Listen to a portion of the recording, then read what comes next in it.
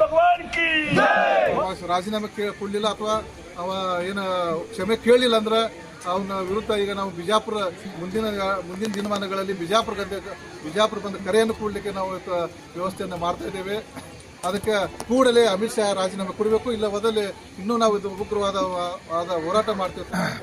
ಕರ್ನಾಟಕ ರಾಜ್ಯ ಬೆಳೆ ಸಂಘರ್ಷ ಸಮಿತಿ ಜಿಲ್ಲಾ ಶಾಖೆ ವಿಜಯಪುರದಿಂದ ಇವತ್ತು ದಿವಸ ಪ್ರತಿಭಟನಾ ರ್ಯಾಲಿಯನ್ನು ಈಗಾಗಲೇ ನಾವು ಅಂಬೇಡ್ಕರ್ ವೃತ್ತದಿಂದ ಜಿಲ್ಲಾಧಿಕಾರಿಯವರಿಗೆ ಕಚೇರಿಯವರಿಗೆ ಬಂದು ಈಗಾಗಲೇ ಮನವಿಯನ್ನು ಸಲ್ಲಿಸಿದ್ದೇವೆ. ಕಾರಣ ಇಷ್ಟೇ, ಇವತ್ತಿನ ದಿವಸ ಬಾಬಾ ಸಾಹೇಬ್ ಅಂಬೇಡ್ಕರ್ ಅವರ ಬಗ್ಗೆ ಒಂದು ಕ್ಷುಲ್ಲಕವಾಗಿ ಮಾತಾಡಿದಂಥ ಅಮಿತ್ ಶಾ ಅವರ ವಿರುದ್ಧ ಇವತ್ತಿನ ದಿವಸ ಹೋರಾಟ ಮಾಡಿದ್ದೇವೆ. ಯಾಕಂದ್ರೆ ಬಾಬಾ ಸಾಹೇಬ್ ಬರೆದಂಥ ಸಂವಿಧಾನ ಇದು ನಮ್ಮ ದೇಶ ಎಲ್ಲ ಇಡೀ ಪ್ರಪಂಚನ ಒಪ್ಕೋತೈತಿ.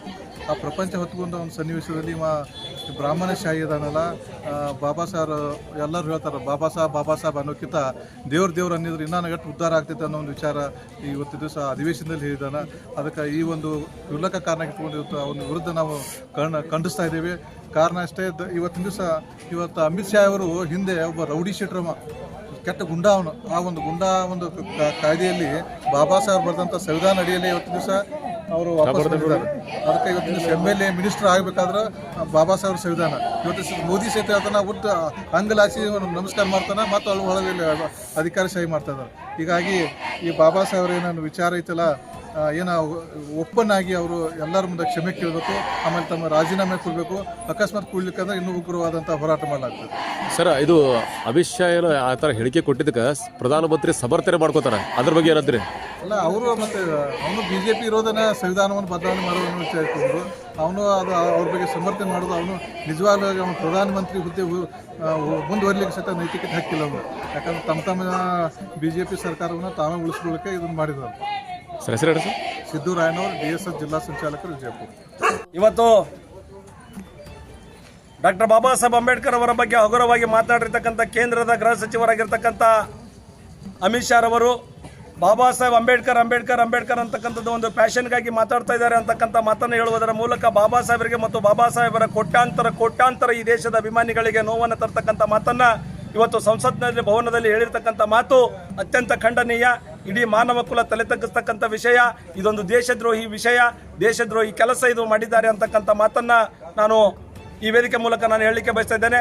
ಈ ಹೇಳಿಕೆಯನ್ನು ಖಂಡಿಸಿ ಇವತ್ತು 19ನೇ ತಾರೀಕಿನ ದಿವಸ ಕರ್ನಾಟಕ ರಾಜ್ಯ ಸಂಘರ್ಷ ಸಮಿತಿ ಡಾಕ್ಟರ್ DG ಸಾಗರ್ಜಿ ಅವರ ನಾಯಕತ್ವದಲ್ಲಿ ಬಹುತೇಕ ಜಿಲ್ಲೆಯ ರಾಜ್ಯದ ಎಲ್ಲ ಜಿಲ್ಲಾ ಕೇಂದ್ರಗಳಲ್ಲಿ ಇವತ್ತು ಹೋರಾಟವನ್ನು ಮಾಡುವುದರ ಮೂಲಕ ಗರ್ವಿತ ರಾಷ್ಟ್ರಪತಿಗಳಿಗೆ ಮನವಿಯನ್ನು ಸಲ್ಲಿಸತಕ್ಕಂಥ ಕಾರ್ಯಕ್ರಮ ನಾವು ಹಮ್ಮಿಕೊಂಡಿದ್ದೇವೆ. ಅದರಲ್ಲಿ ಸ್ವಾತಂತ್ರ್ಯ, ಸಮಾನತೆ, ಸೋದರತೆ, ಭಾತೃತ್ವ ಮತ್ತು ವಿಶ್ವಮಾನ್ಯವಾಗಿರ್ತಕ್ಕಂಥ ಪ್ರಜಾಪ್ರಭುತ್ವ, ಜಾತ್ಯತೀತ ತತ್ವ ಇವೆಲ್ಲವುಗಳನ್ನು ಮೈಗೂಡಿಸಿಕೊಂಡು ಕೊಟ್ಟಿರ್ತಕ್ಕಂಥ ಸಂವಿಧಾನ, ಬಾಬಾ ಸಾಹೇಬರು ಕೊಟ್ಟಿರ್ತಕ್ಕಂಥ ಸಂವಿಧಾನ, ಈ ಸಂವಿಧಾನದ ಆಶಯದಡಿಯಲ್ಲಿನ ಅಧಿಕಾರವನ್ನು ಅನುಭವಿಸ್ತಕ್ಕಂಥ ಅಮಿತ್ ಶಾ ಅಂತಕ್ಕಂಥ ಒಬ್ಬ ಜಾತಿವಾದಿ, ಕೋಮುವಾದಿ, ಮನುವಾದಿ ಅವರು ಬಾಬಾ ಸಾಹೇಬರ ಬಗ್ಗೆ ಹಗುರವಾಗಿ ಮಾತಾಡಿರ್ತಕ್ಕಂಥದ್ದು ಘಟನೆ ತಪ್ಪು. ಆ ಕಾರಣಕ್ಕಾಗಿ ಅವರು ಬಹಿರಂಗವಾಗಿ ಕ್ಷಮೆ ಕೇಳಬೇಕು, ತಮ್ಮ ಮಂತ್ರಿ ಸ್ಥಾನಕ್ಕೆ ರಾಜೀನಾಮೆ ನೀಡಬೇಕು. ಅಕಸ್ಮಾತ್ ಇವೆರಡೂ ಕೂಡ ಆಗದೇ ಇದ್ರೆ ತಾಕತ್ತಿರ್ತಕ್ಕಂಥ 26 ಇಂಚಿನ PM ಅಂತೇಳಿ ಮೋದಿಯವ್ರಿಗೆ ಕರೆಸ್ಕೋತಿರಂದ್ರೆ ಅವ್ರು ನಿಮ್ಮಲ್ಲಿ ತಾಕತ್ತಿದ್ರೆ ಅವ್ರು ರಾಜೀನಾಮೆ ತಗೋಬೇಕು. ಇಲ್ಲ ಅವರಿಗೆ ಸಮರ್ಥನೆ ಮಾಡ್ಕೋತಿದ್ರೆ ಅಂತಂದ್ರೆ ನೀವು ಕೂಡ ನೈತಿಕತೆ ನಿಮ್ಮಲ್ಲಿ ಪ್ರಧಾನಮಂತ್ರಿಯವರಿದ್ರೆ ನೀವು ಕೂಡ ರಾಜೀನಾಮೆ ನೀಡಬೇಕು ಅಂತೇಳಿ ದಲಿತ ಸಂಘ ಸಮಿತಿ ಆಗ್ರಹ ಮಾಡ್ತಾ ಇದೆ. ಅಕಸ್ಮಾತ್ ಇವರಿಬ್ಬರು ಬಂಡ್ರು, ಶಾಂಡ್ರು, ಈ ರೀತಿ ಅವರು ತಮ್ಮ ಪಟ್ಟಭದ್ರತನ ತೋರಿಸ್ತಿದೆ ಆದ್ರೆ ಸಂವಿಧಾನ ರಕ್ಷಕರಾಗಿರ್ತಕ್ಕಂಥ ರಾಷ್ಟ್ರಪತಿಗಳು ಇವರನ್ನು ಸೂಪರ್ಸೀಡ್ ಮಾಡುವುದರ ಮೂಲಕ ಸಂವಿಧಾನದ ಮೌಲ್ಯಗಳನ್ನು ಎತ್ತಿಡಿಬೇಕು ಅಂತೇಳಿ ಈ ವೇದಿಕೆ ಮೂಲಕ ದಲಿತ ಸಂಘರ್ಷ ಸಮಿತಿ ಆಗ್ರಹ ಮಾಡ್ತಾ ಇದೆ. ಮಾತಾಡ್ತಕ್ಕಂಥದ್ದು ವೈಶಿ ಮಯೂರ್ ಅಂತೇಳಿ ದಲಿತ ವಿದ್ಯಾರ್ಥಿ ಕೂಡ ಜಿಲ್ಲಾ ಸಂಚಾಲಕ ಮಾತಾಡ್ತೇನೆ. ಜೈ ಭೀಮ್, ಜೈ ಪ್ರಭುತ್ವ. ಸರ್, ಅಮಿತ್ ಶಾ ಹೇಳಿಕೆಗೆ ಪ್ರಧಾನಮಂತ್ರಿ ಸಮರ್ಥನೆ ಮಾಡ್ಬೋದು ಹೇಳಿಕೆ ಕೊಡ್ತಾರೆ, ಅದ್ರ ಬಗ್ಗೆ ಹೇಳಿ ಸರ್. ಅದ್ರ ಬಗ್ಗೆ ಅಮಿತ್ ಶಾ ಅಂತಕ್ಕಂಥ ಒಬ್ಬ ಬಂಡನಿಗೆ ಮೂಗುದಾರ ಹಾಕಲಾರದೆ ಇರತಕ್ಕಂಥ ನಿರ್ಲಜ್ಜ, ನಿರ್ಲಿಪ್ತ, ಅವಿವೇಕಿ, ಅಸಹಾಯಕ ಪ್ರಧಾನಮಂತ್ರಿ ಅಂದ್ರೆ ನರೇಂದ್ರ ಮೋದಿ ಅವರಂತೇಳಿ ದಲಿತ ಸಂಘರ್ಷ ಸಮಿತಿ ಆಗ್ರಹ ಮಾಡ್ತದೆ, ಹೇಳ್ತಾ ಇದೆ. ಅಸಹಾಯಕ, ನಿರ್ಲಜ್ಜ, ನಿರ್ಲಿಪ್ತ ಇವು ಅರ್ಥ ಮಾಡ್ಕೊಂಡು ಅವ್ರು ಆಡಳಿತ ಮಾಡಬೇಕು. ಕೇಂದ್ರ ಸಚಿವ ಅಮಿತ್ ಶಾ ಅವರನ್ನ ಕೂಡಲೇ ಸಚಿವ ಸಂಪುಟದಿಂದ ವಜಾಗೊಳಿಸುವ ಕುರಿತು ಮಾನ್ಯರೇ ಈ ಮೇಲ್ಕಂಡ ವಿಷಯಕ್ಕೆ ಸಂಬಂಧಿಸಿದ ಕರ್ನಾಟಕ ರಾಜ್ಯ ಸಂಘರ್ಷ ಸಮಿತಿ ಡಾಕ್ಟರ್ DG ಸಾಗರ್ಜಿ ಅವರ ಬಣ ಜಿಲ್ಲಾ ಶಾಖೆ ವಿಜಯಪುರ ಈ ಮೂಲಕ ತಮ್ಮಲ್ಲಿ ವಿನಂತಿ ಮಾಡಿಕೊಳ್ಳುವುದೇನೆಂದರೆ ದಿನಾಂಕ 18/12/2024 ನಡೆದ ಲೋಕಸಭೆ ಅಧಿವೇಶನದ ಸಂದರ್ಭದಲ್ಲಿ ದೇಶದ್ರೋಹಿ ಕೆಲಸವಾಗಿದೆ. ಈ ಘಟನೆಯನ್ನು ಕರ್ನಾಟಕದ ರಾಜ್ಯ ಸಂಘದ ಸಮಿತಿ ಡಾಕ್ಟರ್ ಡಿ.ಜಿ. ಸಾಗರ್ಜಿ ಅವರ ಬಣ ಉಗ್ರವಾಗಿ ಖಂಡಿಸುತ್ತದೆ. ಸ್ವತಂತ್ರ, ಸಮಾನತೆ, ಭಾತೃತ್ವ, ಜಾತ್ಯತೀತ, ಪ್ರಜಾಸತ್ತಾತ್ಮಕ ಹೀಗೆ ಹಲವಾರು ವಿಷಯಗಳನ್ನು ಒಳಗೊಂಡು ವಿಶ್ವಕ್ಕೆ ಮಾದರಿಯಾಗಿರುವ ಸಂವಿಧಾನವನ್ನು ವಿಶ್ವರತ್ನ ಡಾಕ್ಟರ್ ಬಾಬಾ ಸಾಹೇಬ್ ಅಂಬೇಡ್ಕರ್ ಅವರು ತಮ್ಮ ಅವಿರತ ಪ್ರಯತ್ನದಿಂದ ನಮಗೆ ದೊರಕಿಸಿಕೊಟ್ಟಿದ್ದಾರೆ. ಸಂವಿಧಾನ ಈ ದೇಶದ ಜೀವಾಳವಾಗಿದೆ. ಸಂವಿಧಾನ ನಿರ್ಮಾತೃ ಡಾಕ್ಟರ್ ಬಾಬಾ ಸಾಹೇಬ್ ಅಂಬೇಡ್ಕರ್ ಅವರು ರಾಷ್ಟ್ರದ ಅಗ್ರಗಣ್ಯ ನಾಯಕರಾಗಿದ್ದಾರೆ. ಅಲ್ಲದೆ ಈ ದೇಶದ ಬಹುತೇಕ ಜನರ ಉಸಿರಾಗಿದ್ದಾರೆ. ಅವರನ್ನು ಸ್ಮರಣೆ ಮಾಡುವುದು ಪ್ರತಿಯೊಬ್ಬ ಪ್ರಜೆಯ ಆದ್ಯ ಕರ್ತವ್ಯವಾಗಿದೆ. ಹೀಗಿದ್ದು ಡಾಕ್ಟರ್ ಅಂಬೇಡ್ಕರ್ ಅವರ ಹೆಸರನ್ನು ಶೋಕಿಗಾಗಿ ಹೇಳಲಾಗುತ್ತಿದೆ. ಅದರ ಬದಲು ದೇವರ ಹೆಸರು ಹೇಳಿದರೆ 7 ಜನ್ಮಕ್ಕೆ ಪುಣ್ಯ ಪ್ರಾಪ್ತಿಯಾಗುತ್ತಿತ್ತು ಎಂದು ಕಲ್ಪನಾತೀತವಾಗಿ ಮತ್ತು ಬೇಜವಾಬ್ದಾರಿತನದಿಂದ ಹೇಳಿರುವ ತಿಳಿಯಪಡಿಸುತ್ತೇವೆ. ಬೇಡಿಕೆಗಳು: ಕೇಂದ್ರ ಸಚಿವ ಅಮಿತ್ ಶಾ ರವರು ಬಹಿರಂಗ ಕ್ಷಮೆ ಯಾಚಿಸಬೇಕು.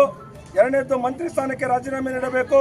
3ನೇದು ನೈತಿಕ ಹೊಣೆ ಮತ್ತು ಪ್ರಧಾನಿಯವರು ರಾಜೀನಾಮೆ ನೀಡಬೇಕು. ಇಲ್ಲದಿದ್ದಲ್ಲಿ ರಾಷ್ಟ್ರಪತಿಗಳು ಕೇಂದ್ರ ಸರ್ಕಾರವನ್ನು ವಜಾಗೊಳಿಸಬೇಕು. ಇವೆಲ್ಲ ವಿಷಯಗಳನ್ನು ಇಟ್ಕೊಂಡು ಮಾನ್ಯ ಜಿಲ್ಲಾಧಿಕಾರಿಗಳು ವಿಜಯಪುರ ಮೂಲಕ ಮಾನ್ಯ ರಾಷ್ಟ್ರಪತಿಗಳಿಗೆ, ಘನವೆತ್ತ ರಾಷ್ಟ್ರಪತಿಗಳಿಗೆ ಮನವಿಯನ್ನು ಸಲ್ಲಿಸತಕ್ಕಂಥ ಕಾರ್ಯಕ್ರಮವನ್ನು ಮಾಡಿಕೊಳ್ತಾ ಇದ್ದೇವೆ. ಈ ಒಂದು ಮನವಿಯನ್ನು ಸ್ವೀಕಾರ ಮಾಡಲಿಕ್ಕೆ ಬಂದಿರತಕ್ಕಂಥ ನಮ್ಮ ಜಿಲ್ಲೆಯ ಹೆಮ್ಮೆಯ ದಕ್ಷ ಪ್ರಾಮಾಣಿಕ ಅಧಿಕಾರಿಗಳು ನಮಗೆ ಆಗಮಿಸಿರ್ತಕ್ಕಂಥ ಅಪರ ಜಿಲ್ಲಾಧಿಕಾರಿಗಳಾಗಿರ್ತಕ್ಕಂಥ ಸನ್ಮಾನ್ಯ ಶ್ರೀ ಯಣ್ಣೂರು ಸಾಹೇಬರಿಗೆ ಈ ಮನವಿಯನ್ನು ಸಲ್ಲಿಸತಕ್ಕಂಥ ಕಾರ್ಯಕ್ರಮವನ್ನು ನಮ್ಮೆಲ್ಲ ಸ್ನೇಹಿತರು ಕೂಡಿ ನಾವು ಮಾಡ್ತೀವಿ ಅಂತ ಹೇಳಿ ಈ ವೇದಿಕೆ ಮೂಲಕ ವಿನಂತಿ ಮಾಡ್ಕೊತಾ ಇದ್ದೇವೆ.